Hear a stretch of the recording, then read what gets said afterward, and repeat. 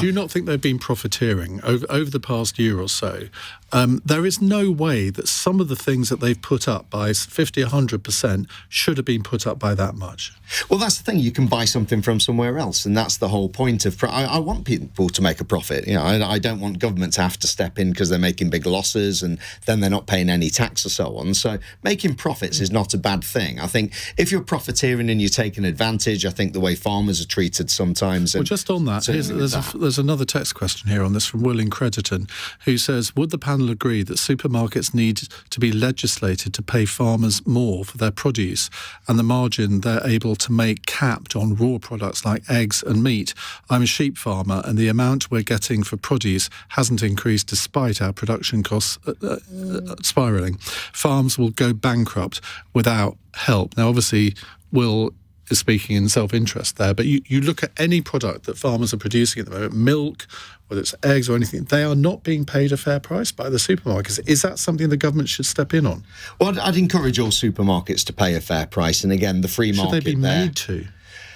It's a fine balance. You don't want to get it to the stage where it affects the consumer and people are paying rocketingly high prices with inflation again because you've artificially inflated that. So I think really if you've got to make sure they are getting a fair price. You have supermarkets who have loss leaders on things like alcohol as well. You don't want it to get to the stage where, of course, you're having milk and eggs and basic things are not available. And we've seen during the pandemic when things disappear off the shelves, it's the first thing people go for.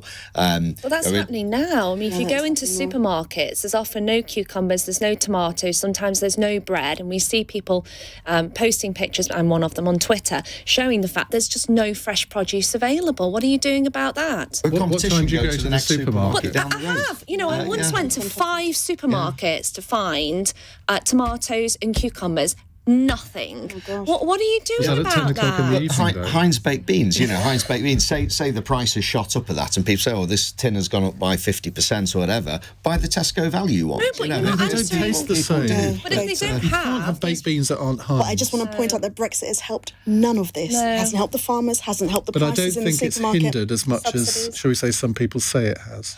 I think it has, and also we need to point out the fact that a lot of the time farmers, it's actually cheaper for them because they can't get the people to help pick the crops to plough what they've got back into the ground. It's cheaper to do that than to harvest it. It's a real problem. We're wasting a lot problem in Streatham, isn't it? And to sound like an environmentalist. We live in a country where we have farmers, and it's really important that we support British produce, and we can't do that in the economic situation we're in at the moment. Well, it's actually really good to hear from an inner city MP saying that, because I think sometimes there's this real divide between people who live in big cities and they have no comprehension about what goes on in the rural economy. Yeah, so, and eating out of season as well, Ian. People wanting things all the way through the year, and you look at the environmental impact of that as well, and talking about growing more things in your community and so on. So there is a real genuine argument there about your local communities and your local environment as well. No, she would be telling us to eat turnips. Yeah. Well, but this is the thing, it's all the all these people wanting. I don't think I've ever had a turnip. No. Right, let's go to Charlotte. I'm going to ask a provocative question. I know that might surprise you, Ian. What do you think? I have read your Twitter feed. How about nationalising supermarkets? Oh boy. Belle Ribera added, this is your chance to prove your socialist credentials. Well, do you know what? I think at the moment we're in a really, really shocking situation where we're seeing people having to rely on food banks, and a lot of the supermarkets themselves are providing food donations. I don't think it's right that they're making this level of profit in the same way that gas companies shouldn't be making this level of profit. There is enough food in this country for everybody. It's just that it's not getting to the right people. So nationalising them, I'm not really sure about that. But nationalising the situation in which we're making sure that everybody gets the food that we need. You see, that was me thinking you were down the line Corbynista who'd nationalise anything. No, I wouldn't nationalise everything. Why does everybody think that socialism is about nationalising everything? Because it traditionally has been. No. Socialism does point to a situation where we nationalise the things, public utilities. Absolutely. Surely the provision. I mean, I'm obviously playing devil's advocate here, but you could argue that the provision of food.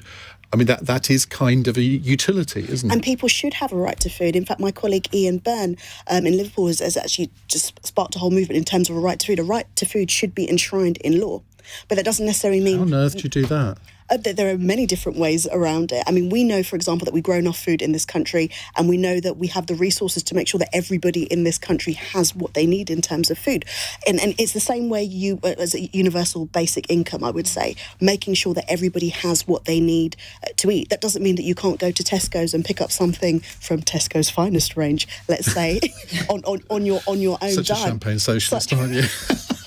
Tesco's finest, yes. That's That's the height of champagne socialism. But Charlotte, I assume you weren't being 100% serious with that suggestion. I was thinking about food banks, and obviously we've seen enormous growth of them. And in a way, that is the nationalisation of food, isn't it? It's making food freely available to communities, but it's not necessarily provided But for it's not being run by the government. state. I can't imagine anyone running a food service worse than I government. agree with you. It's not exactly provided by the state. It's provided by communities, or it's provided by charities, third sector. No, I hear you. But imagine if that was, say, provided by the state. So there were places that people could go to that are on welfare benefits and below the poverty line, which I think should be a hell of a lot higher, but there we have it. And they could go to these places and access not just tinned food, which is often what's available at food banks, but fresh produce. So everybody, as Belle said, had access to fresh food, and they didn't need to queue up in undignified ways outside food banks. The children reliant on free school meals when they can access them, but instead everyone had an at least basic standard of food provision. And we all see now in Sainsbury's and Tesco's, they have a big box normally at the entrance or the exit when you're leaving, and you can put in food so that then that's distributed to food banks or people that need it and so forth, and you can access it. That's the right way to do it then.